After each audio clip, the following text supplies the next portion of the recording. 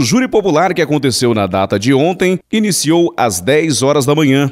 Foram cerca de 7 horas de muitos debates. Testemunhas de defesa, como de acusação, estiveram frente a frente com o juiz, assim como o réu, Ederson Flávio de Cássio, mais conhecido popularmente aqui em Pontes Lacerda como Tiquinho. O crime, homicídio, cometido no ano de 2011, onde acabou vitimando César Faria, que foi assassinado dentro da própria residência, na presença dos filhos, da esposa e inclusive dos netos. Um crime que acabou chocando a população de Pontes Lacerda devido à audácia dos executores em entrar dentro da residência, que apresentava ser bastante segura. Ederson Flávio de Cássio chegou a ser detido no ano em que cometeu o crime, em 2011, mas no ano de 2012 ele acabou sendo solto. E depois disso, a polícia, fazendo todo o levantamento ainda a respeito deste fato, conseguiu a prisão dele novamente no ano de 2015, onde permaneceu detido até o dia de seu julgamento. Na sala do júri, um grande número de pessoas tentando entender ao certo o que aconteceu naquele dia e qual seria o destino de Ederson Flávio. Até que depois de todo o debate, o juiz Elmo Lamoia de Moraes fez a leitura da sentença e, condenado pelo crime de homicídio qualificado, Ederson Flávio de Cássio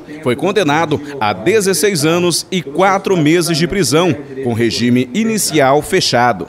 Pelo exposto, considerando a vontade soberana do Conselho, sentença condena o réu Ederson Flávio de Cássio, nas sanções do artigo 121, parágrafo 2º, inciso 1, combinado com o artigo 29 e 62, 1A, todos do Código Penal, a pena privativa de liberdade de 16 anos e 4 meses de reclusão em regime inicial fechado. Após o encerramento do júri, falamos com o promotor Samuel Costa, ele que foi o responsável por fazer a acusação do réu. Era um caso de difícil elucidação, como foi ressaltado no depoimento das testemunhas, principalmente os policiais civis que atuaram na investigação, em razão das características típicas de um crime de pistolagem. Mas, apesar disso, os jurados acataram a tese sustentada pelo Ministério Público, que foi amparada na prova colhida nos autos, no sentido de que o réu foi o mentor desse assassinato. Quais foram os principais pontos apresentados pela acusação para que chegasse a essa decisão? A principal evidência da responsabilidade do réu era o fato que ele tinha um motivo, ele tinha um desentendimento, ele cobrava uma dívida da vítima. A vítima temia ser assassinada justamente pelo réu, foi assassinada e o réu foi encontrado transitando com um veículo e dando uma carona para o motociclista que estaria com a arma. Essas evidências, no entender do Ministério Público, foram extremamente relevantes para que ele fosse responsabilizado por esse crime. Agora, essa pena também é considerada justa para o réu, doutor? Eu entendo que foi considerada justa, inclusive porque reconheceu o fato de que o motivo dele foi o que o Código Penal classifica como motivo torpe.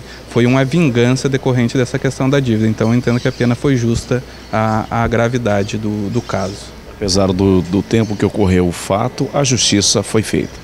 Entendo que sim, apesar de ter decorrido um tempo, infelizmente teve uma situação aí de um falso testemunho que depois foi devidamente esclarecido, e isso retardou a realização da justiça, mas ao final a justiça prevaleceu.